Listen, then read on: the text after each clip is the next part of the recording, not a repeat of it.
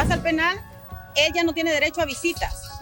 El trato es totalmente diferente, ya no tiene aquellos privilegios que antes, ¿verdad? Gozaban de llevarles prostitutas y todo. El trato... 100 inmates imprisoned in a common cell sleep on metal plank bunk beds without any sheets or pillows. The former leaders of the most powerful street gangs are forced to share a toilet with their previous enemies, and their gang tattoos mean absolutely nothing. This is how gang leaders are treated in El Salvador's prisons. Mara Salvatrucha o MS-13 es una de las pandillas callejeras más famosas y temibles del continente americano. Se fundó en los barrios marginales de Los Ángeles, Estados Unidos. Virtually all the popular neighborhoods of El Salvador were controlled by a real parallel government of the famous Maras gangs, who made kidnapping, murder, trafficking, and extortion their banners of struggle to conquer power and multiple territories. The Maras, particularly Barrio 18 and MS-13, are the most dangerous criminal groups in El Salvador and Central America. Barrio 18, one of the largest Maras, has weakened significantly in El Salvador due to an aggressive campaign by the government of Nayib Bukele since March 2022. The campaign has led to the imprisonment of thousands of alleged members, forcing those who remain free to either go underground or flee. Despite this, Barrio 18 remains a criminal threat due to its scattered members across Central America and the US. Barrio 18 originated as a street gang in Los Angeles, gaining notoriety during the Los Angeles riots after the Rodney King incident. Initially competing with Mexican immigrants, Barrio 18 began recruiting from diverse backgrounds, facilitating its expansion to other countries, especially in Central America. The arrest of key leaders by a joint FBI and local task force in the late 90s didn't significantly impact the gang, as they continued operations from within federal prisons. De hecho, su poder aumentó desde las cárceles, donde pudieron reorganizarse con relativa tranquilidad, ya que normalmente tenían penales exclusivos para cada pandilla. Barrio 18's members joined the Mexican Mafia, forming a powerful confederation known as the Sureños. Immigration policy changes in the mid-90s led to a significant influx of deported gang members into Central America and Mexico, increasing the violence and crime. Strict laws penalizing gang association known as mano dura inadvertently fueled gang growth by concentrating members in prison facilities. Barrio 18 ventured into drug dealing and extortion, laundering money through small businesses. Internal conflicts led to a division into two factions, the Revolucionarios and the Sureños. The gang exploited government weaknesses and social exclusion to expand in poor urban areas, systematically extorting public transport systems, displacing communities, and infiltrating politics. A national truce in March 2012, mediated by the government and the Catholic Church, temporarily halved the homicide rate but eventually failed, leading to a resurgence in violence. Allegations of an informal pact between the Salvadoran government and gang leaders suggested a reduction in murders in exchange for better prison conditions. But such a pact couldn't last forever. Gangs have been ruling the streets for several decades, and those in prison mock the state forces by running their mafias from behind bars. Before Bukele's first term as president, which began on June 1, 2019, incarcerated gang members from the Maras enjoyed an absurd number of privileges that extended to ludicrous and extreme situations, such as allowing prostitutes into the prison, with authorities turning a blind eye. Salvadoran prisons were in a complete state of chaos. A los miembros de las maras, quienes se desplazaban en las cárceles como si estuvieran en libertad. Veían bailes, mujeres chulonas, incluso hasta en el órgano judicial, haciendo celebraciones. The Bukele administration made public the atrocious levels of corruption in previous prison administrations, where gangs held significant power. Leaders of the Mara Salvatrucha and Barrio 18 had extensive privileges inside those prisons, including frequent conjugal visits, unrestricted movements within the jail, and full communication with the outside world. which enabled them to continue leading their criminal organizations, planning out their heists, and even ordering executions. While people kept dying in the streets, mass weddings occurred behind bars, allowing gang members to marry their partners, who frequently visited. Top gang members have unrestricted access to communication devices to call out to family and other gangs at will. They would even film themselves with impunity within the prison grounds while hosting absurd rap concerts by inmates or external guests and exclusive events for their amusement. For many of these criminals, the prisons were merely an extension of their territory, another street where they could freely enjoy time with their women, drugs, and children, often eating well-supplied food purchased from outside restaurants and enjoying amenities like cable TV, home theaters, and even video games. These guys were living like tourists, confined within the most modest hotel. La grabación es durante una visita íntima y deja en evidencia algunos de los beneficios que en su momento tenían los cabecillas de las pandillas. Many citizens demanded stricter controls behind bars, as the gang members not only lived as they hadn't committed any crimes, but also kept orchestrating criminal activities from within the prison. Meanwhile, the Maras kept ruling the streets, enforcing their imposed code of silence under the slogan, "See, hear, and shut up," terrorizing the common citizens through sexual attacks, extortions, killings in broad daylight, drug smuggling, and association with powerful Mexican cartels, and a list of other crimes. This chaos was still the common currency during the so-called truce between Mara Salvatrucha and Barrio 18 and the government under leftist president Mauricio Funes. A failed agreement that, instead of benefiting the majority, only strengthened gangs and created seemingly untouchable leaders. The situation worsened, and the abuses became more blatant under the government of FMLN, or Farabundo Marti National Liberation Front. The former president supported and communicated to national organizations and the public this truce between the gangs, claiming it didn't involve any governmental participation or pact. There was no negotiation between the government and the gangs. The pact was between two rival gangs, he stated. Despite these declarations, it was obvious that the gang leaders had a powerful influence, even from within the prisons. They had access to prostitutes, drugs, alcohol, and large parties that often ended in massive sexual orgies recorded by inmates and proudly leaked to the public in order to laugh in the face of the legal system. The outraged Salvadoran society suffered and viewed the prisons as yet another failure of a broken system and a failed state. The dominant theory among political analysts in the country is that this lawless environment was the result of unofficial negotiations, always denied by the state, that even allowed the sale of narcotics within and out of the prisons. A la lista se suman otros objetos ilícitos como DVDs también con sus registros, marihuana y dinero en efectivo.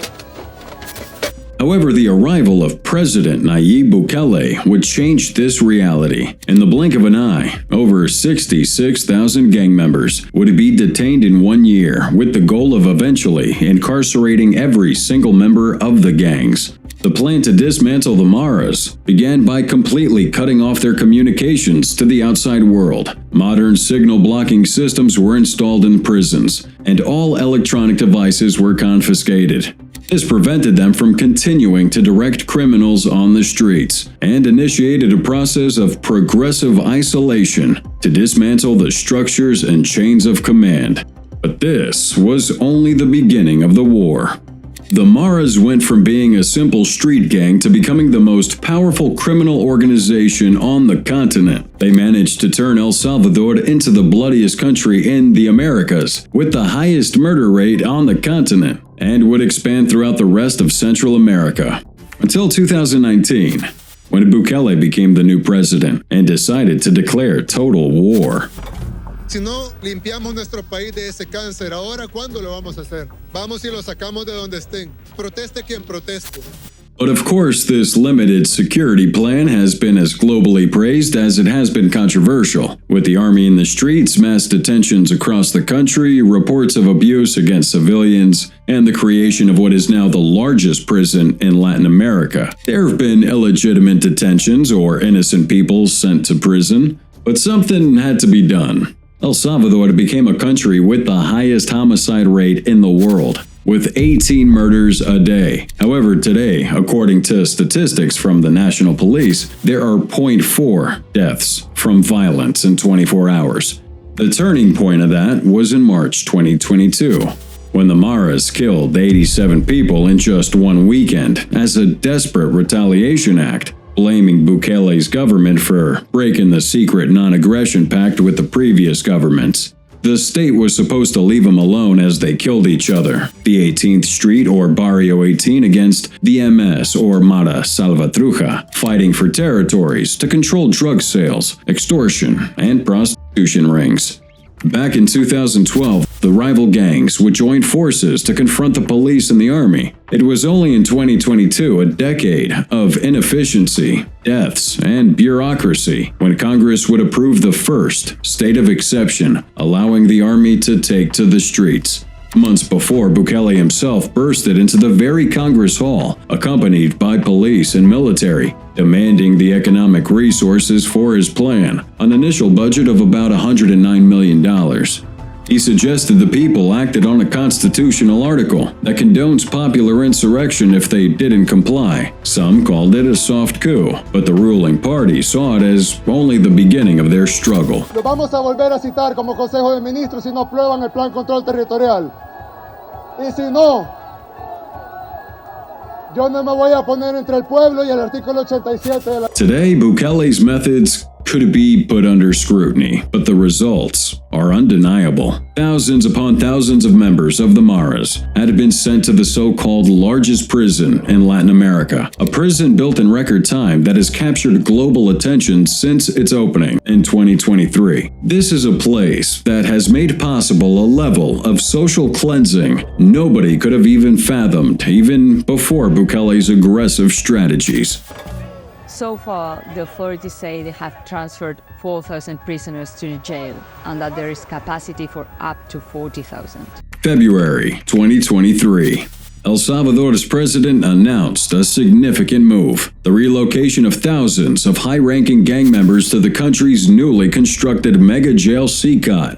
The operation was conducted with little to no public information regarding the identity of the detainees or the conditions within the facility. The mega prison, officially named the Terrorism Confinement Center, or CECOT, stands as the centerpiece for President Nayib Bukele's aggressive campaign against gangs. Despite an initial media blitz surrounding its inauguration, details regarding what went down inside remained elusive until they allowed the media to come in. The prison comprises 8 enormous cell blocks, monitored by 19 watchtowers. Inside the cells, detainees are provided with bare metal beds and 2 open toilets, with minimal to no privacy or personal space. While authorities claim to have transferred 4,000 prisoners here, its capacity extends to a mind-blowing 40,000, which immediately raises questions about overcrowding living conditions and its actual efficiency as a maximum security prison.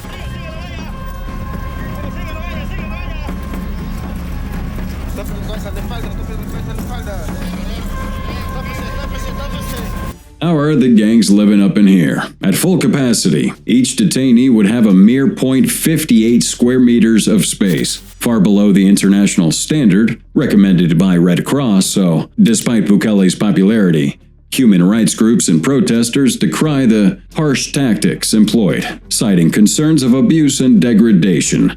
But none of this doesn't seem to bother the authorities, finally fed up with the criminal reign over the country. The introduction of emergency measures and a mass arrest campaign resulted in significant drop in crime rates. Access to CECOT is strictly limited, not only for media, but also no lawyers, or even the family members. This lack of transparency has fueled fear for potential human rights violations within the facility. While the government officials assert the prison's role in delivering justice, critics still argue its secrecy undermines accountability and fosters an environment ripe for abuse. Y de manos que se colocan a los prisioneros cada que tienen que salir de sus celdas, ya sea para alimentarse, para hacer ejercicio, para recibir atención médica, etc. Gang members in El Salvador were directly deemed as terrorists. So, when Bukele built the prison, he called it the Terrorist Confinement Center, Centro de Confinamiento del Terrorismo, or CECOT.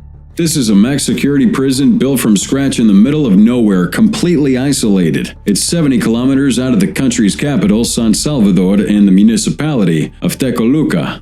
More than a simple prison, this place is a symbol for the country's fight against the gangs. It covers 236 acres of land, preparing to receive 40,000 mareros, as they get called in El Salvador, and it's managed by the military, who meticulously inspect every approaching vehicle. Soldiers are deployed. Some patrol the perimeter on foot, while others form barricades. The army and police still share the first security perimeter.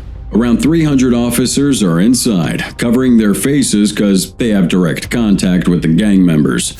We're allowed to protect our identity due to the seriousness of the work we do, for our safety and that of our families. The staff reaches 1,000 people in total, including police, military, and administrative roles. The CECOT's under 24/7 digital surveillance with 400 cameras, several of which are inside the cells pointing at the inmates. The staff carry lethal and non-lethal weapons at all times. Nosotros acá albergamos internos de alto grado de peligrosidad, sujetos que antes delinquían desde el interior de las prisiones. Seen from the outside or from the watchtowers, the CECOT's looking like a modern stronghold. Its security is conceived in 4 rings to make it impenetrable. 9-meter-high concrete walls topped with 3-meter electrified fences and barbed wire, creating a 2-kilometer perimeter around the facilities, giving it an eerie concentration camp vibe. There's even an area referred to as the catwalk that gives the officers a vantage point from above into the cells. Inside, the place is huge. Each one of these modules, measuring 5,400 square meters and containing 32 cells per unit, can hold anywhere from 80 to 100 prisoners. Though these numbers may vary, it's impactful to see it up close. Criminals sleep on 4-tier metal bunk beds with no mattresses, and their situation is designed to make every day inside this place like the one before. No entertainment, no yard, no sports to play or areas to walk or socialize. Say goodbye to your rights. Once they're in,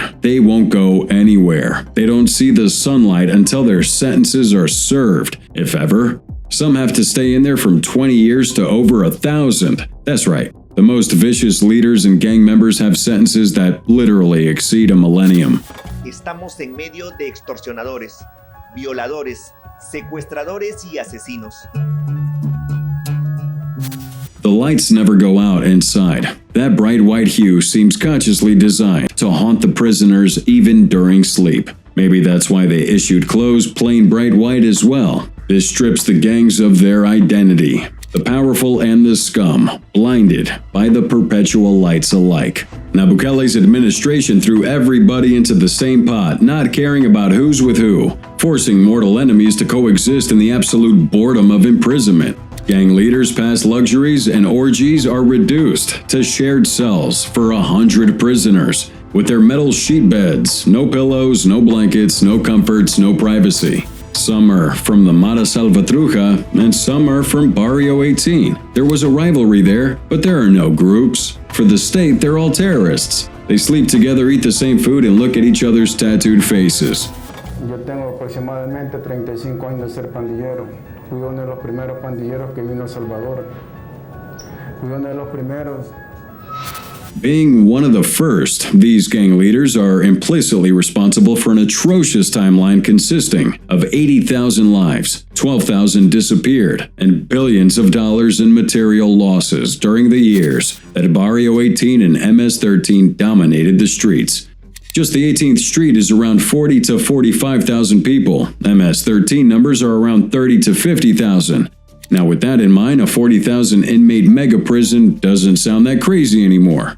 These people dedicated their lives to stealing everybody else's. Now imprisoned, they can't even track time. There are no clocks anywhere. The prisoner's schedule is entirely dictated by the guards. If someone needs a medical checkup, it's done behind bars. If they need that medicine, they get it behind the bars. If they have a legal procedure going on and need to attend to a hearing or even be put in a lineup for criminal identification, you guessed it, it's also done remotely, with a video call behind bars. There are no exceptions. Y sin haber puesto un pie afuera del módulo, esta persona ya es acusada de un delito diferente. Cell extractions are the only time when prisoners can enjoy some physical exercise. And now this is done once a day under complete scrutiny. They're escorted out orderly, 5 or 10 at a time, handcuffed on the wrist and ankles, sometimes shackled together. They're surrounded by guards in this designated area for mobility without the possibility of escape.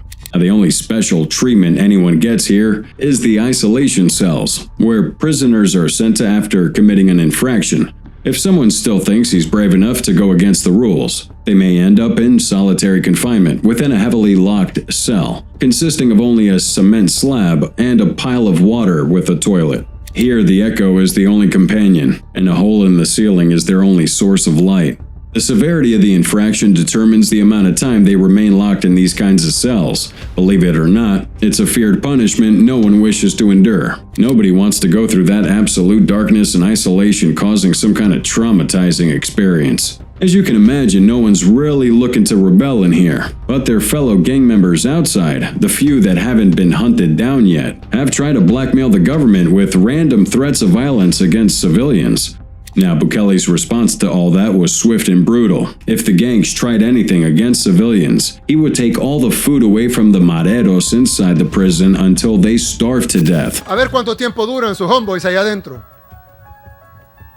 Les juro por Dios que no comen un arroz.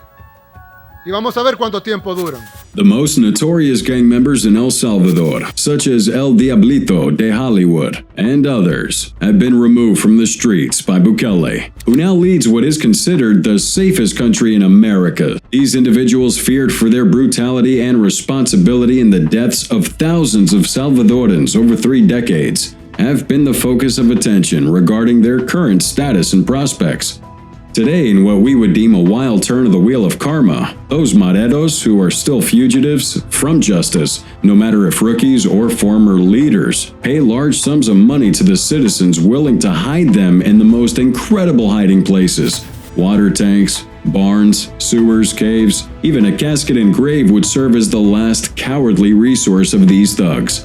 And you won't believe how they try to hide those gang-related tats. Kevin Saldaña usó varias capas de maquillaje para tapar sus tatuajes y salir del país, pero la policía de Guatemala lo interceptó y entregó. These guys were imprisoned by previous governments and still rose to the top of their gangs. They were in there accused of various crimes including homicides, terrorism, extortion, and drug trafficking. There's little hope to ever integrate these criminals into society, but now the plan is to subject them to psychoanalytical and psychiatric treatment, as well as forcing them to work, an unfamiliar concept to many who have only known a life of violence and crime.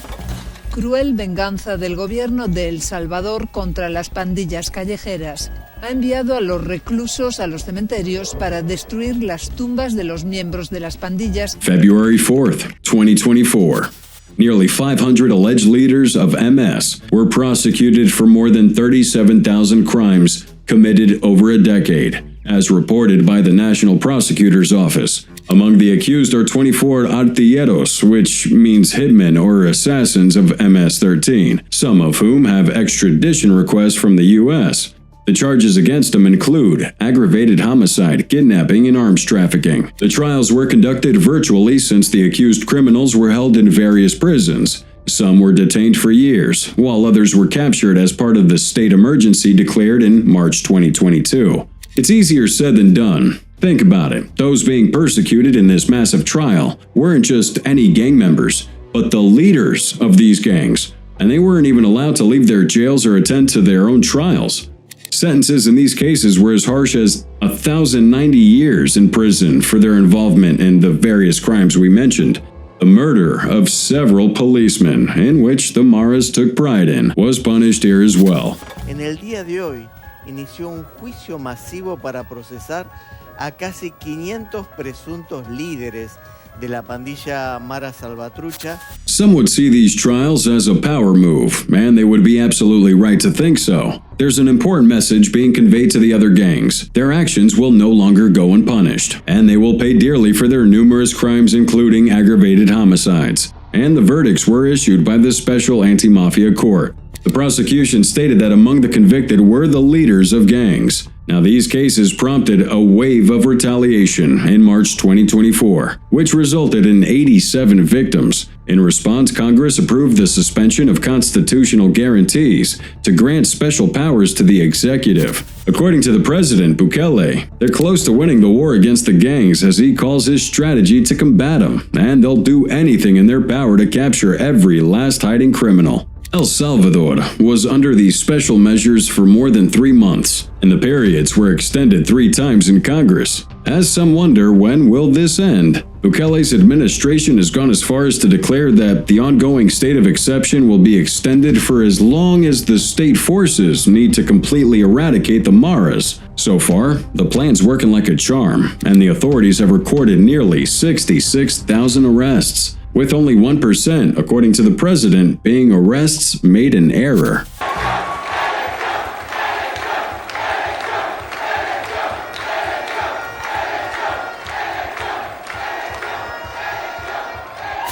International observers like Charge d'Affaires of the U.S. Embassy in El Salvador, Patrick Vendrell, have acknowledged the strong actions of the Bukele government against gangs, but also pointed out that the current exceptional regime in place since late March is unsustainable. In the same line of thinking, we can find that there are more than 3,000 complaints of human rights violations received by local and international organizations, including arbitrary detentions and inmate tortures, among others. But the truth is, objectivity is difficult in all these cases, and sometimes it isn't desirable. Some prisoners have such extensive criminal records that their sentences start at 270 years, and as we saw before, can go as high as 1,000. And that's if the state doesn't include more offenses in their records. So even when their current imprisonment state and living condition can be moving for some people, maybe it's good to remember that these harsh treatments and impositions didn't come out of the blue.